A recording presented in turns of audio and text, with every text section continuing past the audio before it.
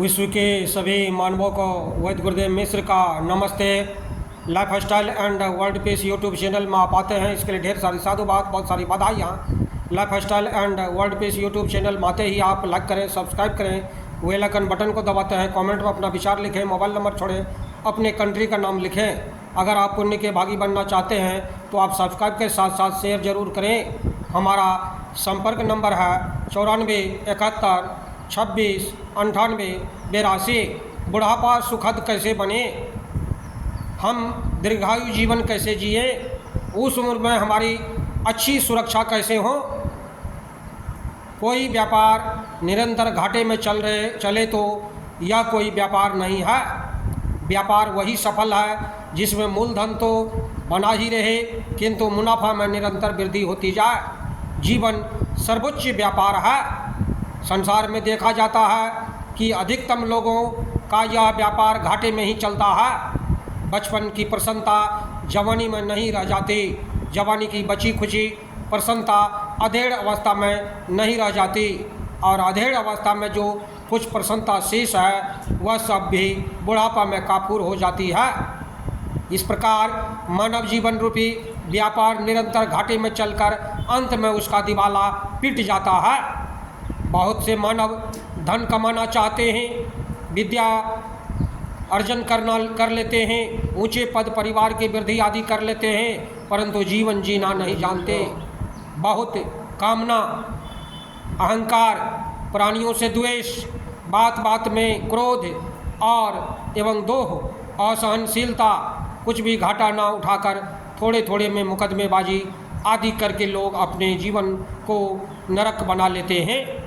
हंस कर प्रसन्नता में जीने योग्य जीवन को ईर्ष्या, द्वेष, दुख, संताप में जलकर जीते हैं।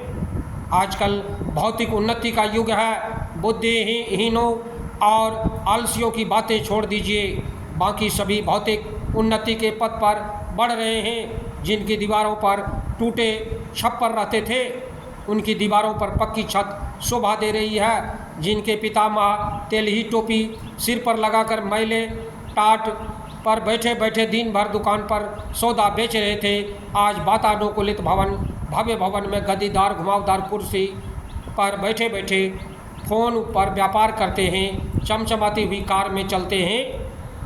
इन सब सुख सुविधाओं के आने के बाद भी संसार में अधिकतम लोग निरंतर नरक में जीते हैं। ईर्ष्या, द्वेष, कलह, वैमनस्य, भय, चिंता, मानसिक उलझन आदि से मानव निरंतर पीड़ित रहते हैं। जीवन जीने के लिए भौतिक पदार्थों की आवश्यकता है, परंतु मन की निर्मलता एवं प्रसन्नता की आवश्यकता उससे भी अधिक है।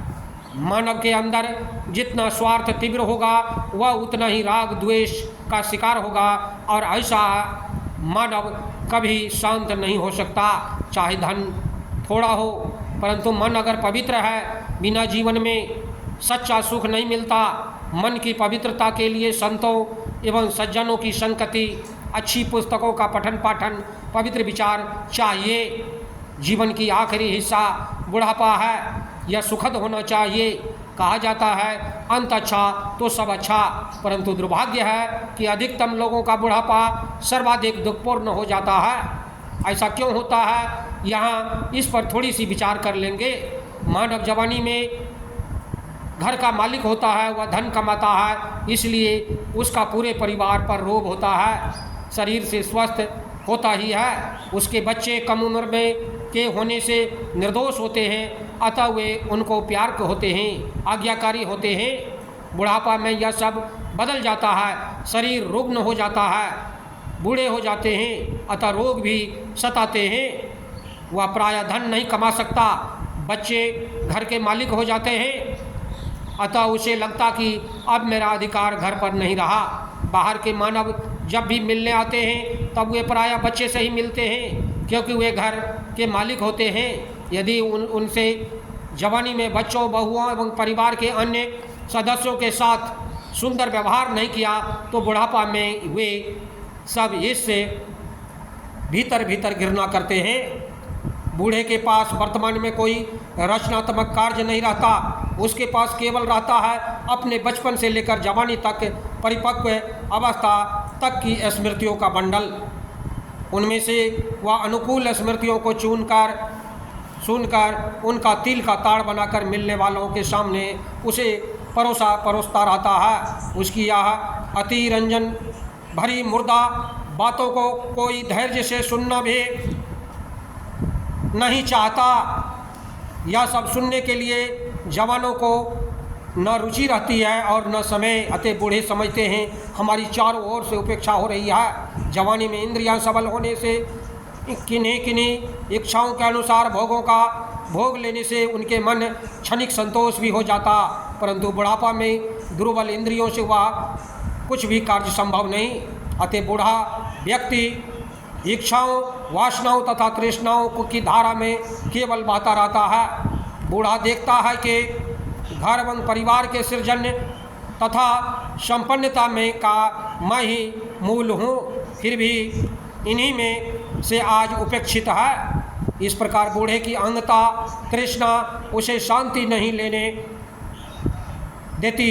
इतने पर भी वह परिवार को अधिक समृद्धशाली होते देखना चाहता है। इसको लेकर वह परिवार वालों की नालायकी का मिलने जुलने वालों से दिन भर बखान करता है। बूढ़े के इस रवैये से घर वाले क्षुब्ध हो जाते हैं। इसका परिणाम यह होता है कि बूढ़ा अधिक तनावग्रस्त हो जाता है। बुढ़ापा सुखद कैसे बने, यह संदर्भ मुख्य विषय है। नीति में लिखा है दिन भर ऐसा काम करे, रात में सुख की नींद सोए, 8 महीने ऐसा काम करे, चौमासा बरसा सुख कटे। जवानी में काम ऐसा करे, बुढ़ापा सुखद हो। जीवन भर ऐसा कर्म करे, मृत्यु आनंदपूर्वक हो। पके बाल, दंतविहीन पोला मुख, झुर्रियों से भरा चेहरा, जर्जर शरीर, इस प्रकार बुढ़ापा बुरा नहीं होता।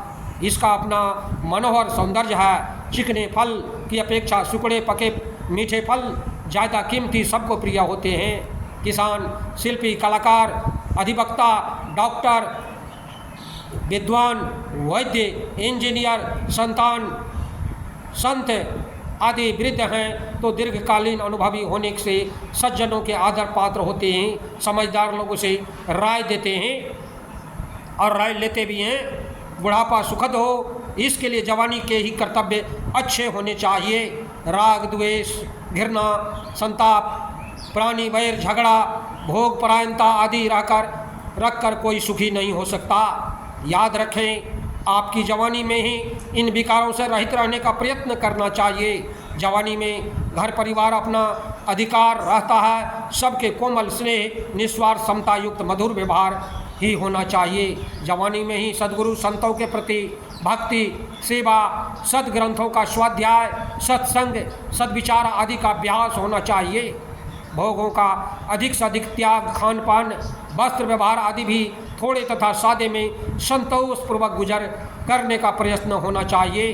बुढ़ापा में जब अपना मालिकपन छोड़ दिया जाए तब उनके साथ अहंकार भी छोड़ दिया जाए। भोगों की इच्छा और क्रिया दोनों का त्याग करना चाहिए। मिलने जुलने वालों से व्यर्थ की बातें न की जाए।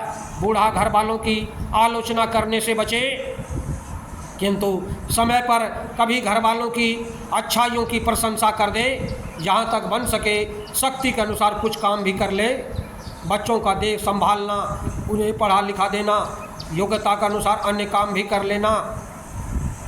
वृद्धा को चाहिए वे सद्ग्रंथ खूब पढ़े, अन्य को सत्संग तथा व्यवहार सुधार की बातें बतावें। साधु संतों के पास बैठें, प्राप्त ज्ञान के अनुसार अभ्यास करें। शरीर के वृद्ध होने के साथ हमारा मन भी वृद्ध होना चाहिए। प्रकृति का विधान बड़ा सुंदर है। जैसे जैसे हमारा शरीर शिथिल होता जाता है, हमारा मन संसार की सांसारिक छोड़ करके आत्मस्थ होना चाहिए। प्रकृति का कितना सुंदर विधान है। शरीर को धीरे धीरे वृद्ध बनाती है, हमें अवसर देती है कि हम अपने मन को वृद्ध कर लें। बाल सफ़ेद होने के पहले हमारा मन सफ़ेद शुद्ध हो जाना चाहिए। दांत टूटने से पहले हमारी तृष्णा शांत हो जाना चाहिए। शरीर बूढ़ा होने से पहले हमारा मन बूढ़ा, परिपक्व, विवेक संपन्न निर्ग्रंथ स्वच्छ शांत एवं आनंदपूर्ण हो जाना चाहिए। जिसकी वासना मिट जाएगी उसी का मन आनंदपूर्ण होगा। इस प्रकार देखते हैं कि मन को पवित्र बनाना ही मानव जीवन का मुख्य उद्देश्य होना चाहिए। बंधुओं, हमारे चैनल में आते हैं, इसके लिए ढेर सारी शुभकामनाएं, बहुत सारे साधुवाद। आप अगर पुण्य के भागी बनना चाहते हैं तो आप सब्सक्राइब के साथ साथ शेयर जरूर करें। धन्यवाद, नमस्कार।